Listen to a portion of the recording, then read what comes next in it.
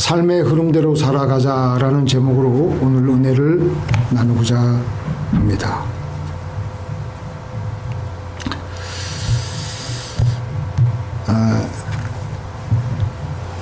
우리가 살아가고 있는 이 삶은 끊임없이 흘러가고 있습니다.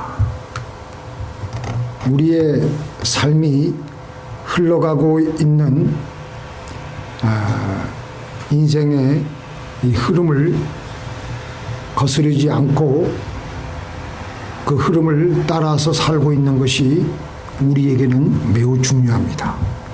길을 걸을 때 뒤에서 밀어주는 바람을 받아가며 걸어가는 것과 맞은편에서 불어오는 바람을 맞아가면서 걸어가는 것은 무척 큰 차이가 있습니다. 우리가 가는 방향이 세찬 바람이 우리를 몰아치게 되면 바뀔 때까지 좀 기다리다가 바람이 내가 가는 방향으로 불 때 그때까지 기다렸다가 걸어가면 되는 것입니다. 어떤 분들의 인생은 인생의 흐름을 따라서 아주 자연스럽게 살다가 간 사람들의 삶을 보면은 편안하고 자유합니다. 그런데 또 어떤 분들은 이 인생의 흐름을 거스르면서 긴장되게 평생토록 애를 쓰고 악을 쓰고 힘들게 살아가는 분들도 있습니다. 그 시편 127편 1절에서 2절 보니까 여호와께서 집을 세우지 아니하시면 세우는 자의 수고가 헛되며 여호와께서 성을 지키지 아니하시면 파수꾼의 경성함이 허사로다. 너희가 일찍이 일어나고 늦게 누우며 수고의 떡을 먹음이 헛되도다. 그러므로 여호와께서 그 사랑하시는 자에게 잠을 주시는도다. 하나님의 나가는 방향이 아닌, 하나님께서 보내시는 그 흐름의 방향이 아닌 반대 방향으로 뭔가 자기가 가진 애를 써서 뭔가를 이루어 보려고 하는데 뜻대로 마음먹은 대로 되지를 않는 겁니다. 나중에 돌이켜보니까 헛되게 시간을 낭비한 것입니다. 사도 바울이 한때는 이런 삶을 살았었습니다. 사울계였습니다. 이를 악물고 열심히 자기가 신봉하는 정통신앙이라고 하는 그 신앙을 위해서 온갖 험한 일을 다 맡아서 험한 일을 하였습니다. 하지만 돌이켜보니까 열매도 없고 평안이 없고 도무지 신앙에 자유함이 없는 겁니다. 그렇게 시간을 보내다가 얼마 후에 다메섹 도상으로 가는 길에 정옥보다 더 빛난 태양빛보다 더 빛난 빛이 그에게 임하면서 하나님의 음성이, 주님의 음성이 그에게 임합니다. 사울아 사울아 네가 어찌 나를 핍박하느냐. 네가 가시 돋친 채찍을 발길로 뒤로 차면은 너만 아플 뿐이다. 네 발만 아플 뿐이다. 라고 말씀하시는 겁니다. 말이 채찍을 향해서 뒷발로 뒤로 계속해서 역방향으로 가면서 가는 너 삶을 보니까 그렇게 살지 말라는 겁니다. 그때까지 사울은 계속해서 주님께서 흘려보내시는 삶의 흐름을 거스르는 삶을 살았던 것입니다. 하지만 주님을 만난 이후부터는 하나님이 보내주시는 삶의 흐름대로 아주 그 삶의 흐름을 잘 타면서 서핑하듯이 그렇게 타니까 사도 바울을 통해서 흘러들어간 복음이 유럽을 먼저 변화시켰고요. 그 다음에 그 복음이 미국으로 건너가서 미국을 변화시켰고요. 미국으로 건너간 복음이 온 아시아로, 한국으로 전달되어서 오늘 우리가 이렇게 예수 믿는 사람으로 우뚝 서게 된 것입니다. 하나님이 그 집을 세울 때 우리는 그저 옆에서 하는 척만 해도 하나님이 부는 바람을 뒤로 안고 갈 때는 안고 가는 것이 아니라 뒤로 이렇게 뒤에서 불어주는 바람을 받아가면서 걸어갈 때는, 앞으로 걸어갈 때는 모든 것이 자연스럽고 쉽고 그 인생살이가 편안한 겁니다. 그것은 주님의 흐름과 일치하였기 때문입니다. 주님의 때에 맞추었기 때문입니다. 우리는 때때로 하나님이 보내주시는 삶의 흐름을 거스르며 살아가는데, 어떻게 하면 삶의 흐름을 거스르며 살아가느냐? 삶에 만족하지 않고 불평하고 다른 삶을 부러워하며 살아갈 때가 있습니다. 과거가 더 좋았을 것이라는 생각, 과거로 돌아가면 더 잘 살 수 있을 것이라는 생각. 미국에 이민 와서 어떤 분들 보면은 미국의 부조리와 여러 가지 안 좋은 것을 끊임없이 들춰내서 불평하고 원망하고, 그럼 미국을 떠나든지 하면 될 텐데 미국을 또 떠나진 않아요. 또 한국에 살면서도 한국의 욕을 끊임없이 하며 북한을 동경하는 사람들에게 그렇게 한국이 싫으면 북한으로 조용히 가라 그러면 또 북한으로 가진 않아요.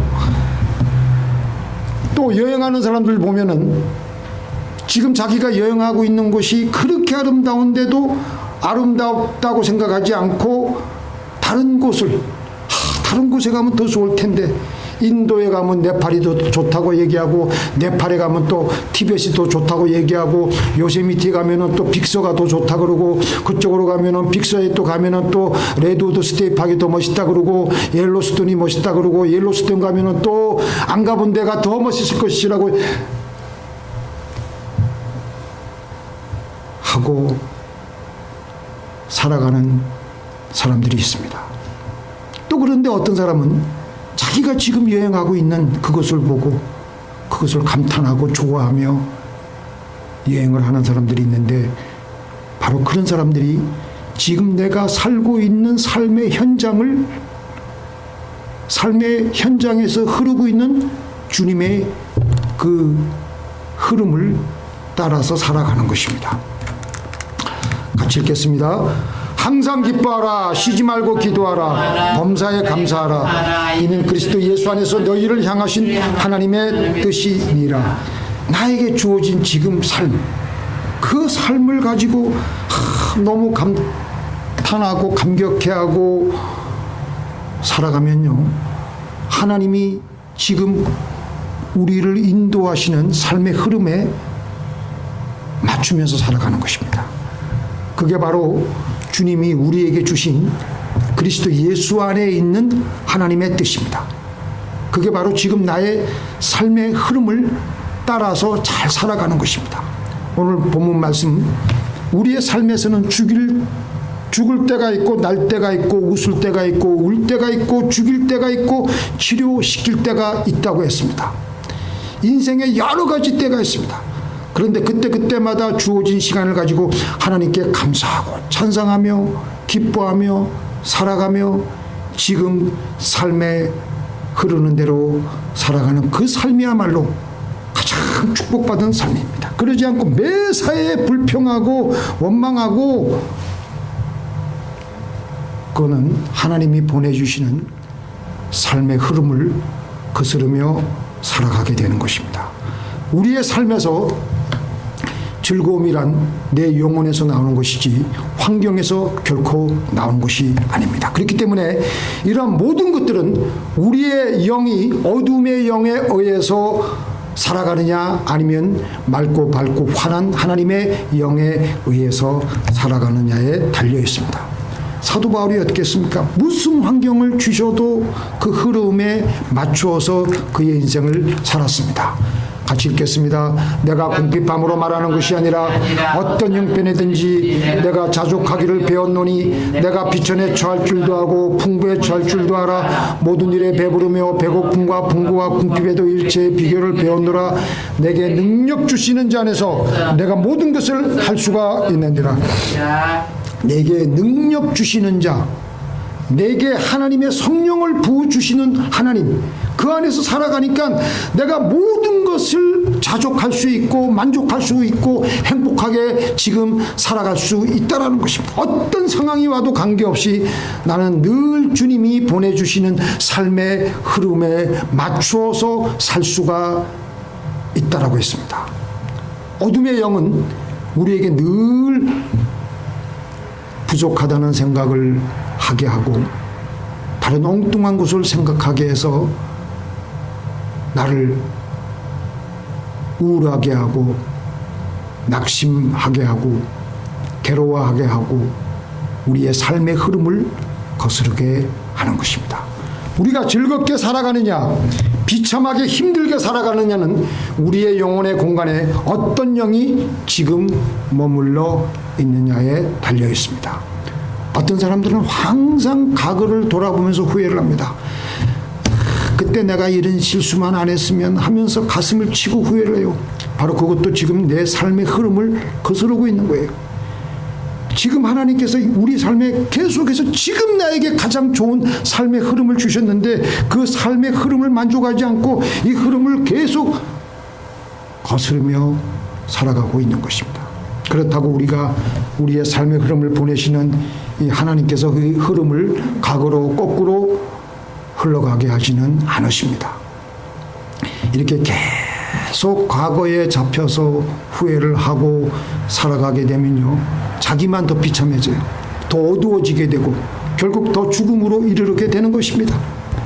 이스라엘 백성들이 어떻게 했습니까? 광야에서 그들이 한 짓은 삶의 흐름을, 주님께서 보내주신 삶의 흐름을 계속 그러는 거예요. 뭐 밥이 없다, 마실 물이 없다, 영양적인 음식이 없다. 밤낮 하나님 그 모세에게 밤낮 콤플레인하고 불평하고 원망하고 그러면서 항상 그들은 옛날이 좋았다는 것입니다. 그 이선희가 부른 노래처럼 아 옛날이여 지난 시절 다시 올시옵나 그날 아 옛날이여. 노래 곡조가 생각이 나니까 우스운가 보죠. 이런 노래를 하면서 사람들은 하나님께서 지금 나에게 흘려 보내주시는 새로운 인생의 흐름을 거스르며 옛날에서 계속 인생의 흐름을, 삶의 흐름을 지금도 거스르며 하나님의 뜻을 거스르며 힘들게 살아가고 있는 겁니다. 이스라엘 백성들이 그렇게 옛날에 그 애굽에 살았던 그 시절이 그렇게 좋았다고 했는데 그러면서 하나님은 왜 우리를 괜히 이 좋은 곳으로 왜 우리를 끄집어내가지고 오늘날 이렇게 불평하게 하고 목마르게 하고 고생하게 하고 하느냐.